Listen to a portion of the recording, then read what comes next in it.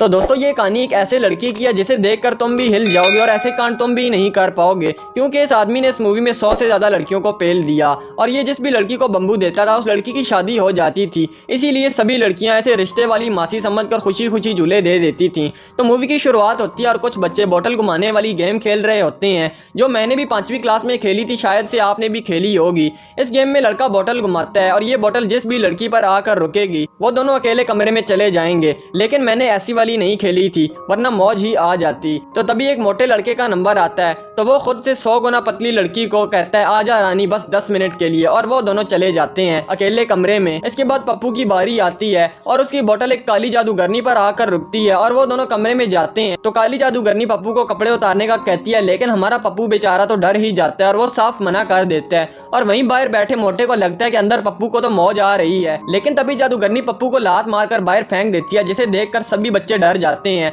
और वो जादूगरनी पप्पू को शराब देती है, आज से तू जिस भी लड़की के साथ पलंग तोड़ेगा वो तुझे छोड़कर चली जाएगी ठेंगा दिखाकर। और हमारे पप्पू के बाल उखाड़ कर चली जाती है, जहाँ पप्पू बेचारा बहुत डर जाता है। और अगले सीन में हम देखते हैं कि पप्पू और जप्पू दोनों बड़े हो गए थे और जप्पू वही है मोटा जो मौज ले रहा था, और अब ये दोनों डॉक्टर बन चुके थे दांतों के, यानी डेंटिस्ट। इसके बाद वो दोनों एक शादी में जाते हैं जहाँ पर दुल्हन पप्पू को थैंक यू कहती है, क्योंकि पप्पू की वजह से ही उसकी शादी हुई है। और वहीं पप्पू को एक लड़की दिखती है जिसे देखकर वो आशिक आवारा हो जाता है और बातों ही बातों में उस लड़की से पप्पू पर एक मोमबत्ती गिर जाती है, जिससे पप्पू की पैंट जल जाती है। अगले दिन पप्पू अपने क्लिनिक में जाता है जहाँ पर लड़कियों का भंडार लगा हुआ था, जिसे देखकर वो हैरान हो जाता है। इसके बाद वो घर जाता है तो वहाँ पर भी फिर से लड़कियों का भंडार था। इसके बाद हम कैम को देखते हैं और कैम वही है जो पप्पू पर मोमबत्ती गिरा चुकी है, और वो पेंगुइन की देखभाल की जॉब करती थी और वो पेंगुइन को खाना खिला रही होती है। तो एक पेंगुइन आकर कैम को गिरा देती है और उसका एक दांत टूट जाता है। और दूसरी तरफ रात में पप्पू एक लड़की से मौज ले रहा होता है, तो वो लड़की कहती है कि तुम्हारे साथ जो भी लड़की गपागप करती है उसकी शादी हो जाती है।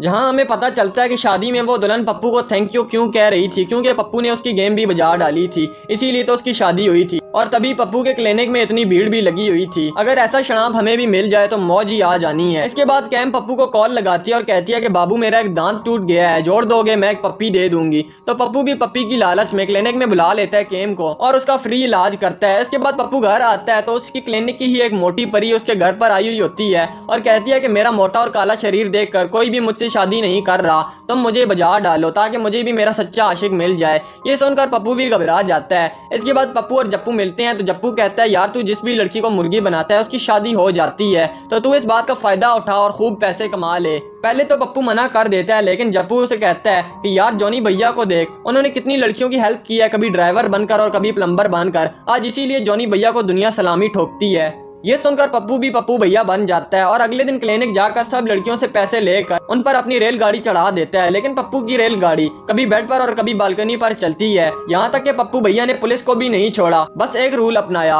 मौज लो और रोज लो। वहीं पप्पू से जप्पू कहता है कि यार मैं तो मजाक कर रहा था, तूने तो सच में सबकी गेम बजा दी। तो पप्पू कहता है यार जप्पू मैं कैम से प्यार करने लगा हूँ, लेकिन ये बात उसे पता नहीं है। तो जप्पू कहता है कि पप्पू मेरा एक काम कर दे, मेरे पीछे एक हथनी पड़ गई है, तू उसे खुश कर दे, मैं तेरा एहसान कभी नहीं भूलूंगा। तो पप्पू को फील होता है कि ये सब करते करते कैम मेरे हाथ से निकल जाएगी, और वो उसी रात कैम से मिलने जाता है और उसके ऑफिस में फूलों का भंडार लगा देता है और पेंगुइन बांधकर उसके सामने डांस करता है ताकि उसे खुश कर सके। लेकिन कैम खुश होने के बजाय उसके सरप्राइज से डर जाती है और उसे ठेंगा दिखाकर वहां से चली जाती है। और अगले दिन कैम अपने एक दोस्त के साथ घूम रही होती है तो पप्पू को लगता है कि ये लड़का उसका बॉयफ्रेंड है, तो पप्पू उसे टप्पू बनाकर मारता है। लेकिन कैम पप्पू की हरकतों को देखकर उसे उंगली दिखाती है और कहती है कि आज के बाद मेरे पीछे मत आना, और बेचारा पप्पू बहुत ज्यादा उदास हो जाता है। इसके बाद उसे एक बोतल रोड पर घूमती हुई नजर आती है तो पप्पू को काली जादूगरनी का शराब याद आता है और वो सीधा जप्पू के घर पर चला जाता है और वहां से वो दोनों काली जादूगरनी के घर पर जाने के लिए निकल पड़ते हैं। तो वहां जाकर पप्पू उस जादूगरनी से माफी मांगता है और वो लड़की कहती है कि यार वो तो मैंने बचपन में ऐसे ही बोल दिया था, वो बस एक मजाक था। और पप्पू को मशवरा देती है कि तुम कैम को उसके हालात पर छोड़ दो, अगर वो तुमसे प्यार करती होगी तो वो खुद ही तुम्हारे पास आ जाएगी। और थोड़े दिनों के बाद पप्पू को पता चलता है कि कैम हमेशा के लिए मुल्क छोड़कर जा रही है, तो पप्पू पूरी जी जान लगा देता है एयरपोर्ट पर कैम से मिलने के लिए। और जब वो उससे मिलता है और कैम से कहता है कि मैं तुमसे बहुत ज्यादा प्यार करता हूँ, और कैम भी कहती है कि हाँ बाबू मैं भी तुम्हारे साथ आशिकी 3 बनाना चाहती हूँ,